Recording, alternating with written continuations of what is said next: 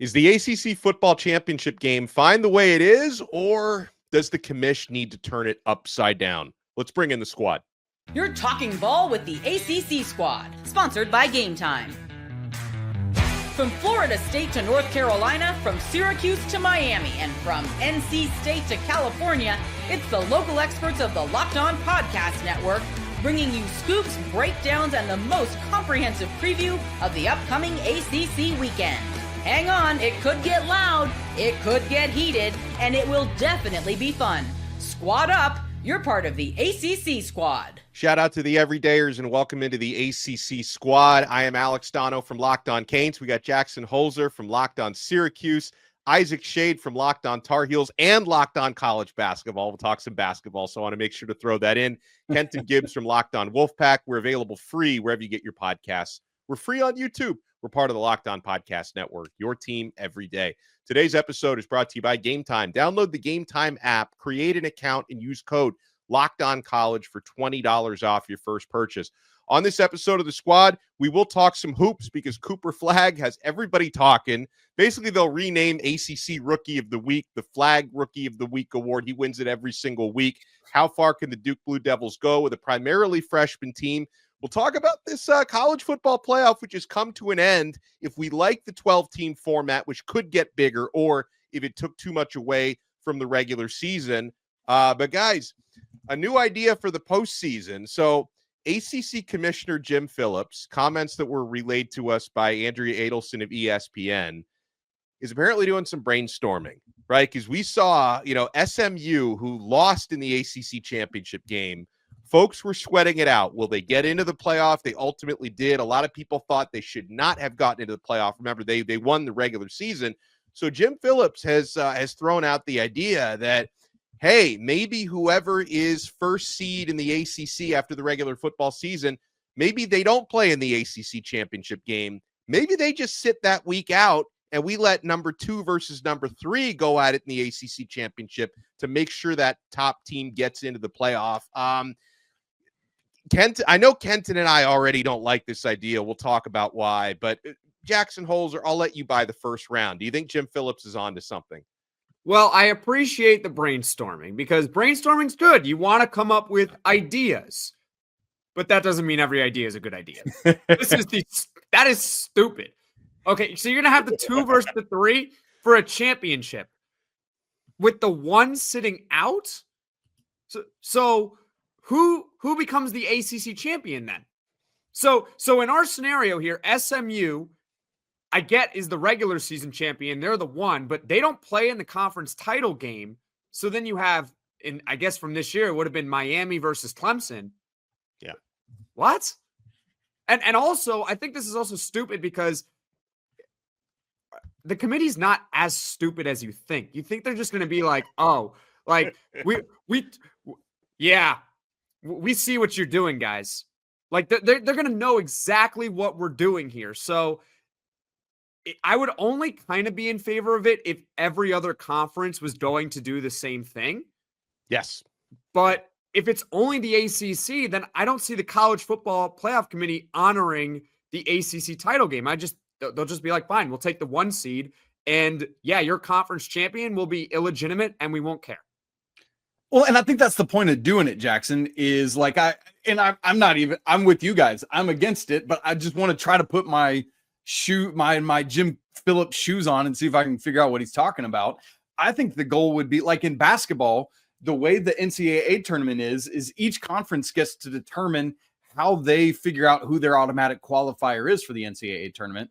So I see this at, going back to the SMU argument and Coach Lashley, what he said, I think they're trying to do this as a way to protect their automatic qualifier. And like, if this is our team that's going to be in, this is our actual conference champion and the team we're sending to the CFP.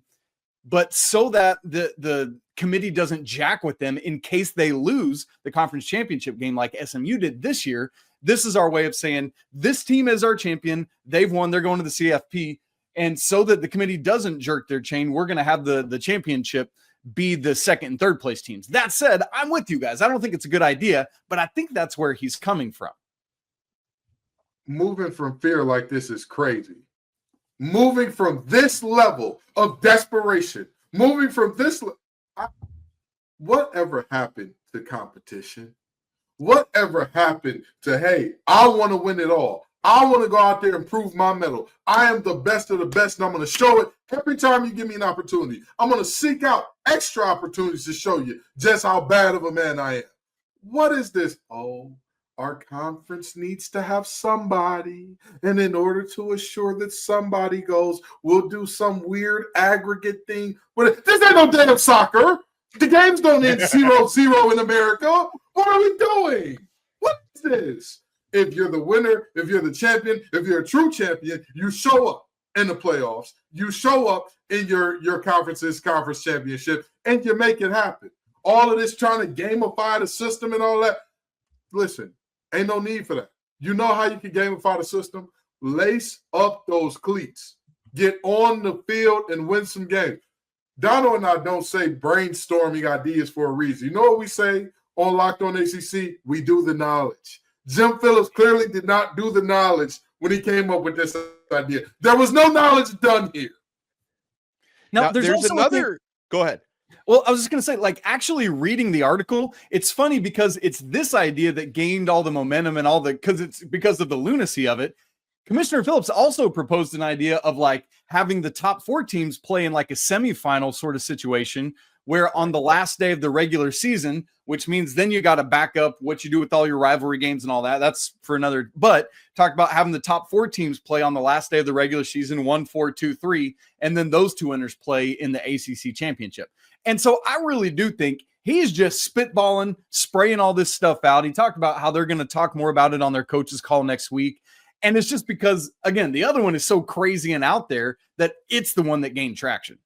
Well, I want to talk about that. Hold on. I want to talk about that 4-team idea, which is like kind of the exact opposite of the 2 versus 3 yes, idea. Thank you. But yes. You know, here's if the ACC were to do that, a couple thoughts. If they were to decide, hey, we're going to make the ACC championship now it's a 4-team tournament, right?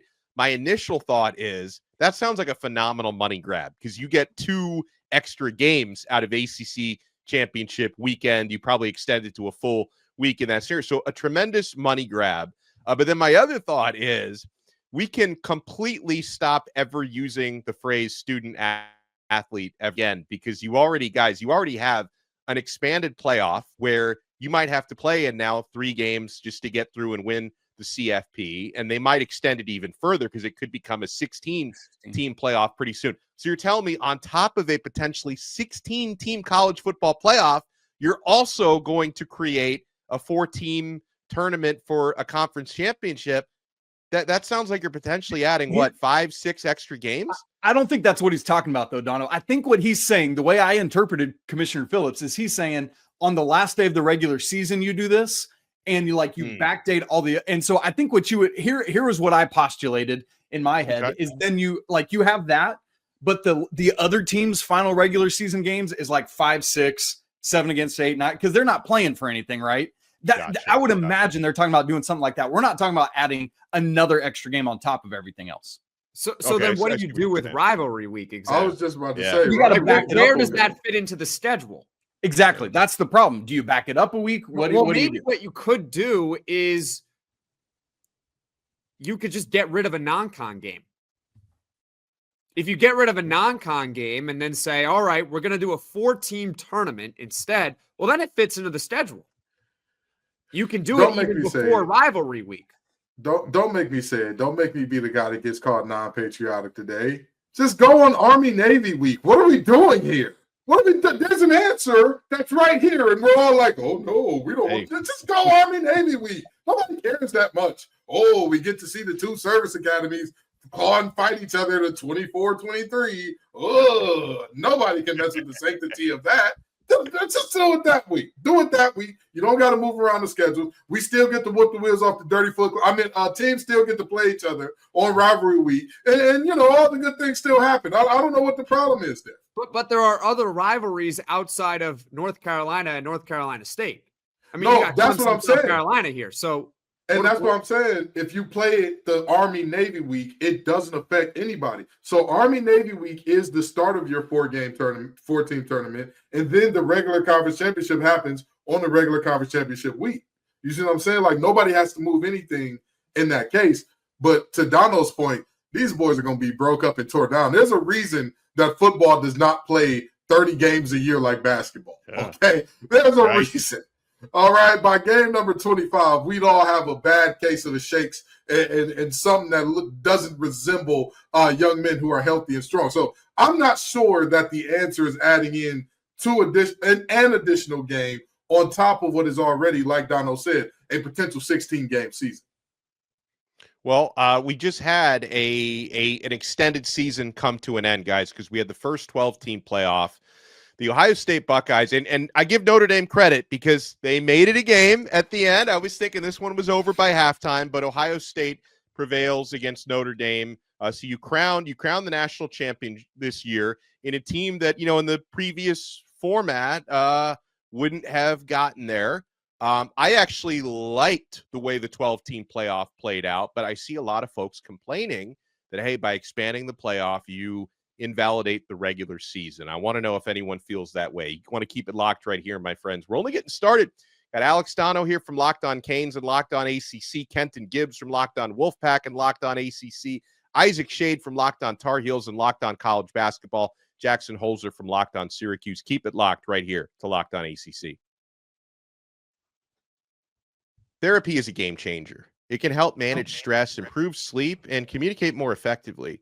But finding the right therapist and fitting sessions into a busy schedule can be a challenge. That's where Talkspace comes in. Talkspace, the leading virtual therapy provider, makes getting the help you need easy, accessible, and affordable. With Talkspace, signing up is simple. You can match with a licensed therapist who fits your needs, usually within 48 hours, and it's convenient. You can have sessions from the comfort of your home and even message your therapist between appointments. Plus, Talkspace is covered by many insurance plans, and for most uninsured members, there's a $0 copay. It's never been easier to prioritize mental health.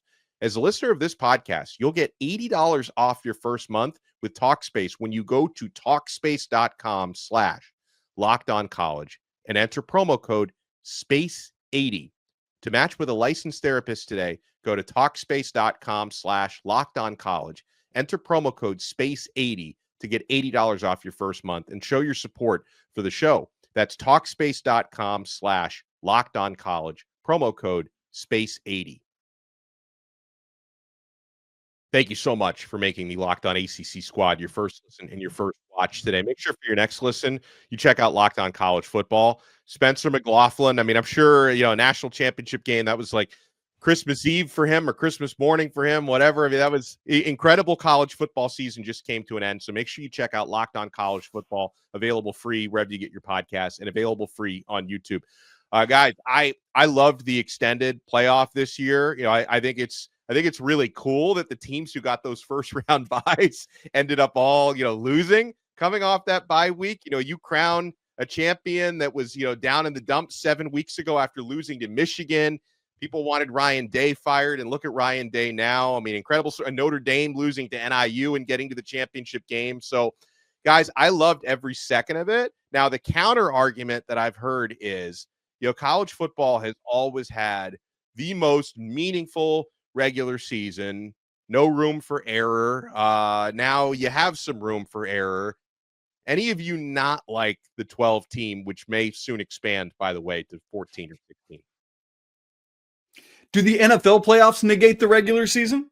Do the MLB playoffs negate the regular season? What about the 18-month-long NBA playoffs? No, we're still all in. We're tuned in for every game. You know what? Actually, I will say I think the NBA playoffs do negate the NBA.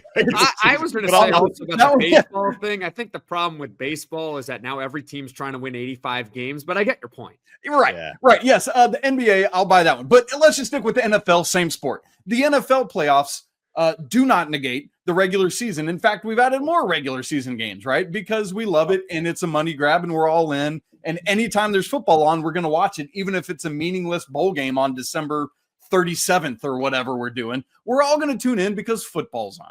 So no, it doesn't negate it for me in any way, shape, or form. In fact, I think the storyline of we lost to Northern Illinois, and then we were the national runner-up is even more intriguing than anything else that could have happened. We'll talk about this maybe in a minute, but my bigger issue is still the seeding, not the elongated playoffs. I wholeheartedly disagree. I couldn't agree more. Yes, the playoff cheapens the regular season, but who gives a damn? Who cares? Who cares? Oh, we didn't get to see Dave Wadstead upset Pat White and that in their season. Oh, how terrible life would have been without that. Nobody gives. See, moments like this make me want to stretch how far Jarvis can edit stuff out, because stuff like this just ticks me off. Who cares if the regular season doesn't matter like it used to? Who cares if the bar for whether or not you're the best team is no longer the most perfect team? I don't give a damn. You had to get on the line. You had your opportunities. Line it up and make it happen. Period. People are saying, well, this bigger playoff will just give blue bloods and great teams an opportunity to lose a few games and disguise themselves as a Cinderella. Because no, what happens is everybody gets a chance. Everybody gets their chance to win every game that you have and make it meaningful as you want to make it. And if you lose a game, guess what? That loss ain't the end of the world. You got to show up again. You got to do it again. So, again, I don't see why we're lying about this cheapening the regular season. Yes, it does. But I'm not watching a week 3 game between, Notre Dame and the school for the differently able. I'm just not doing it. I don't care. That's just not something I want to see. And if that upset happens and the team still gets there, more power to that team. Because, again, the regular season being the most important, being the end-all be-all, the BCS way of doing it, where it's like you have to go undefeated and the teams that you beat have to be good too, I think it's deeply flawed and unfair. This system makes you line it up and show it.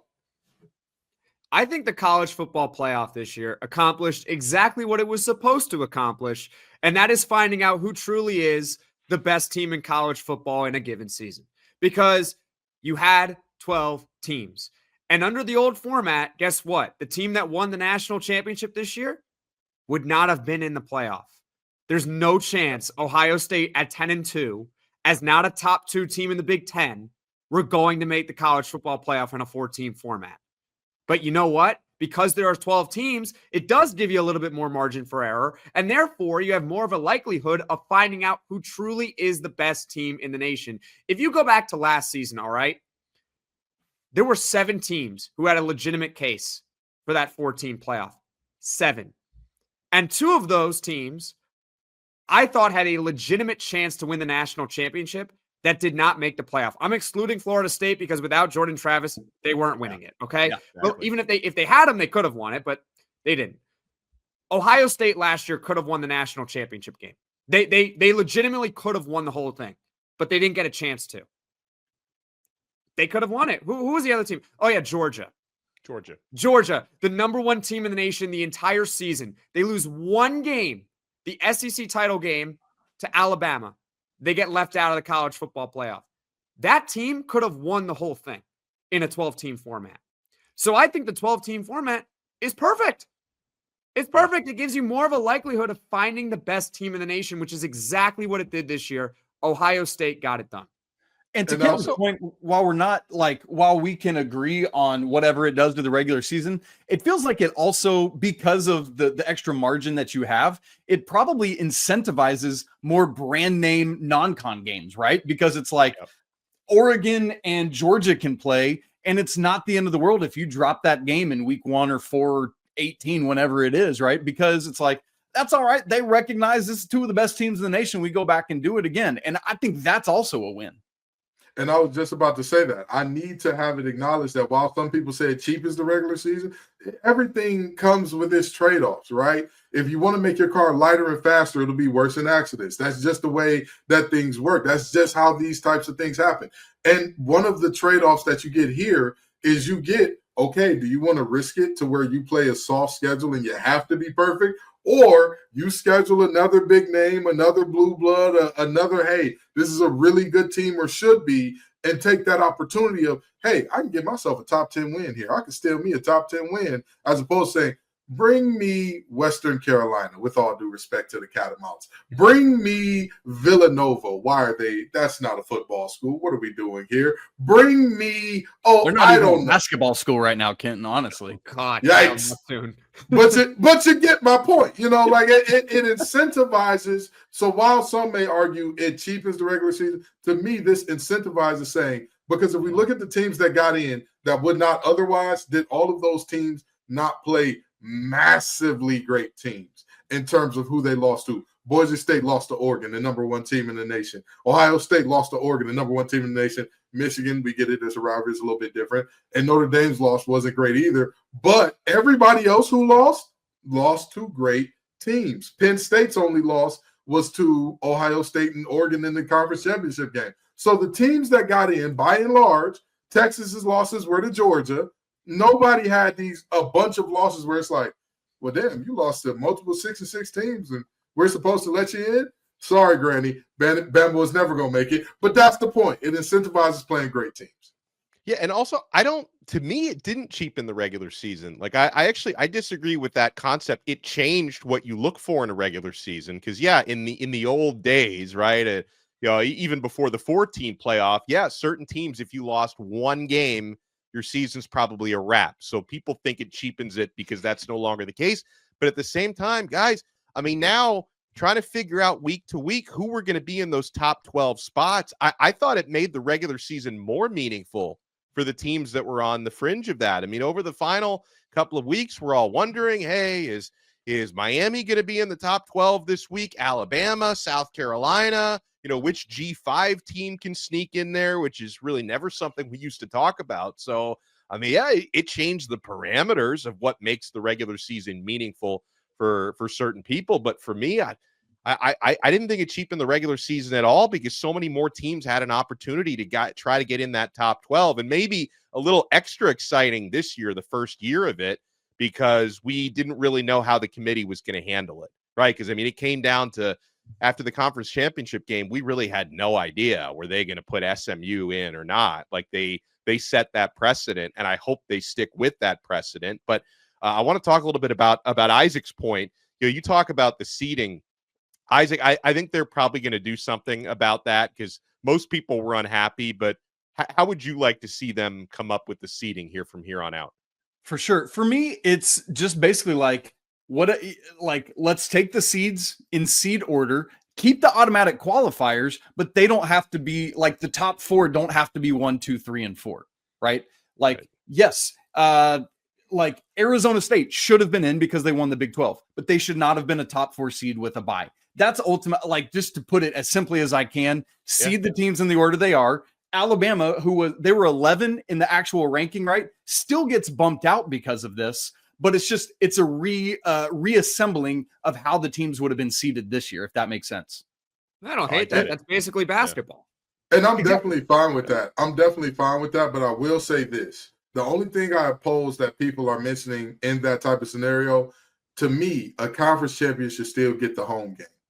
If you can win your conference championship, there should be something of a reward for that. There should be something said, yes, you may not be as high of a seed as this other team, but you know what? Damn it, you won your conference. And even though that team may be great, they may be world beaters, they may be gangbusters, they still got to come to your crib and take your food off your table because you won your conference championship. You earned the right to have them have to do that if they're going to advance. That's just my opinion. I am fine with reseeding and not having 1 through 4 all be conference champions, but I never want to see those teams who won their conference championship have to play an away game to a team that didn't. To me, that's just, it reeks of unfairness, and it's going to be a similar situation to what we saw in most of the bowl games back in the day when people were talking about, hey, Michigan lost in the Rose Bowl. Well, they had to go out to California to play USC.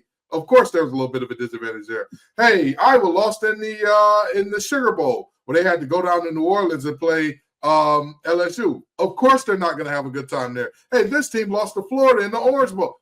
So on and so forth. I think that the teams who are conference champions,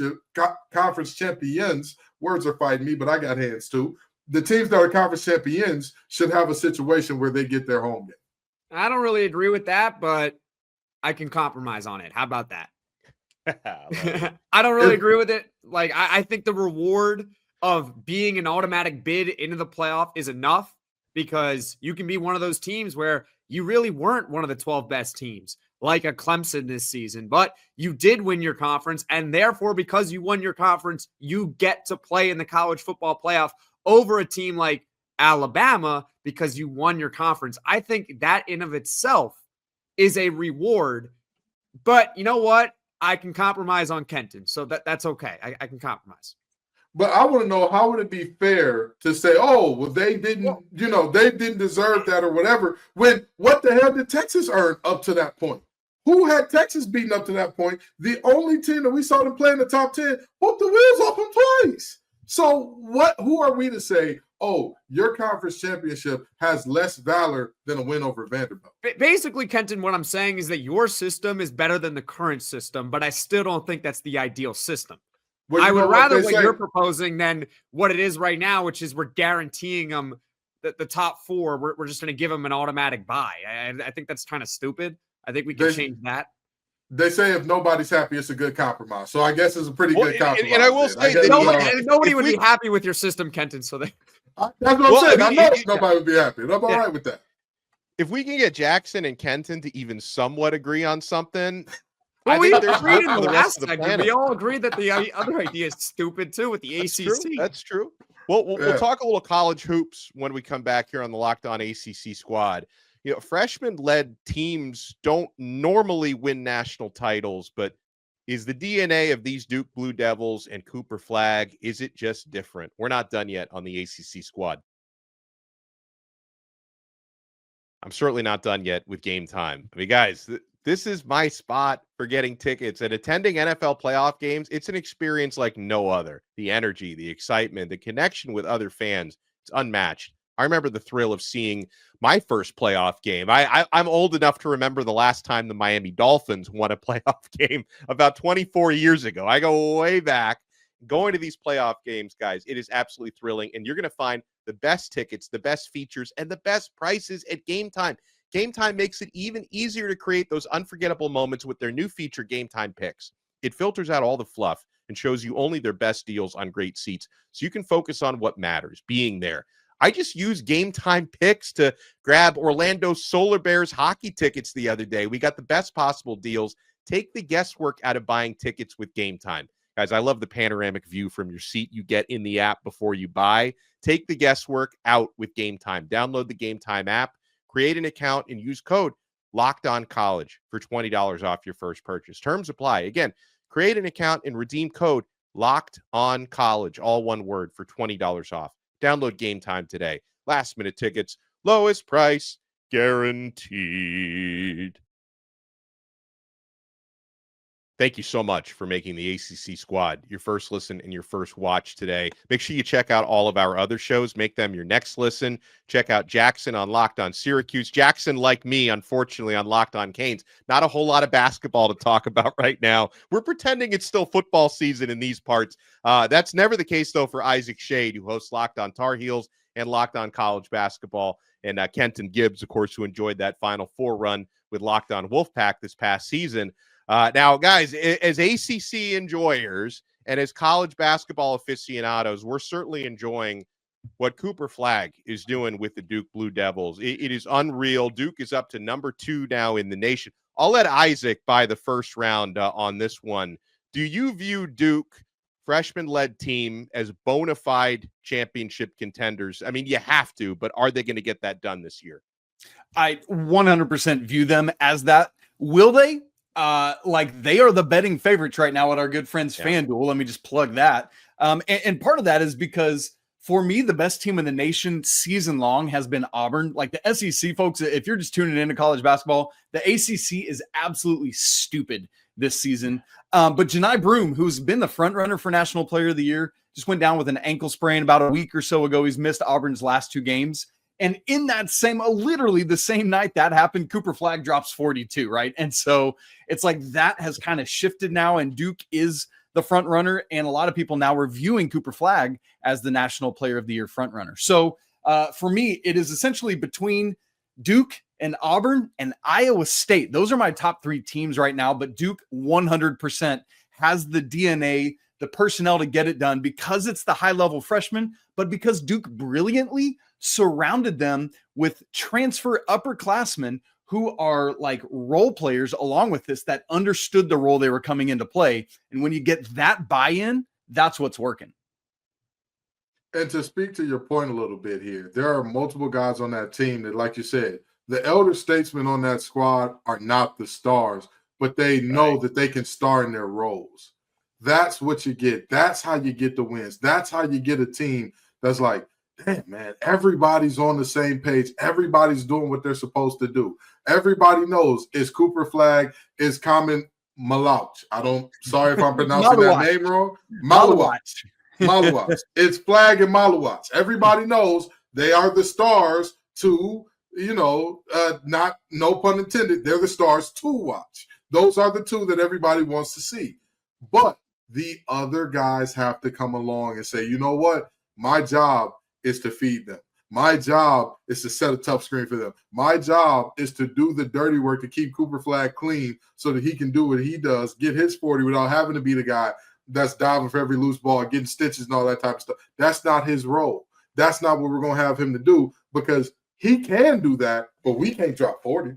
I don't have that in me. So, that team, they seem to be destined for great things. And there are 2 things that translate in March. We've seen it time and time again, and we saw it last year. Experience and guard play. Duke has both of those at a very high level. Seems like they'll be just fine. There's one more thing too about March that I love, and it's randomness. It's just completely random. I mean, you never really know, but you have to consider them a national title favorite. That's the whole point of this. Yeah. Yes, they are a team where their stars are underclassmen. They're freshmen. Cooper Flag's great. He's a freshman. You know what? Guess what? Freshmen can lead teams to national championships too. It's happened plenty of times before in college basketball. And I just look at Duke across the board and I'm like, where are they weak at? Like, where's their weakness? I watch college basketball games, but I don't watch every single Duke game. So Duke fans, feel free to chime in the comment section right now. Where are they bad at? Where is something that you're like, man, we're going against Duke. This is where we can take advantage of them. Because I look across the board and I'm like, they can shoot, they can rebound, they score, they defend. They got some pass the ball at a high level. They don't turn the ball over a ton. What do they do wrong? So, there is the randomness of March Madness, but they're absolutely a tournament favorite. Yeah, truly, 4 of their top 5 scorers are freshmen. We haven't even mentioned Con Knippel's name, who's actually the number 2 scorer on this team, with Tyrese Proctor being 3rd, and that's where that experienced guard play comes in that Kenton's talking about. And it's funny because when you look back, I think the previous national freshman that people think about before Cooper Flag is Zion. That 2018-19 team for Duke didn't ultimately win the national championship, and part of it was that role understanding that Kenton talked about. That team, when it got down to it, Zion Williamson should have been the dude with the ball in his hands over and over and over again, but there were times when there were certain Duke players that wouldn't understand that role, right? And like for some reason, Zion has not taken all those shots down the stretch. Feels like this Duke team gets that differently and in a different way. So you don't have RJ Barrett trying to be the hero when it should be Zion like that 18-19 team had. And like we were saying, man, this defense, this team is long and massive and they disrupt everything. So even on days when the shot's not falling, Duke's defense shows up.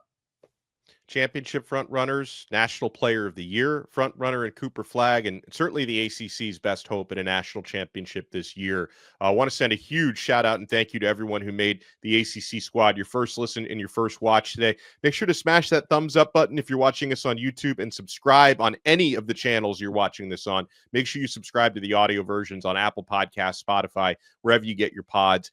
Jackson Holzer from Locked On Syracuse, Kenton Gibbs from Locked On Wolfpack and Locked On ACC, Isaac Shade from Locked On Tar Heels and Locked On College Basketball. I am Alex Donno from Locked On Canes and Locked On ACC. We will talk to you guys next time on another episode of the ACC Squad on the Locked On Podcast Network. Your team every day.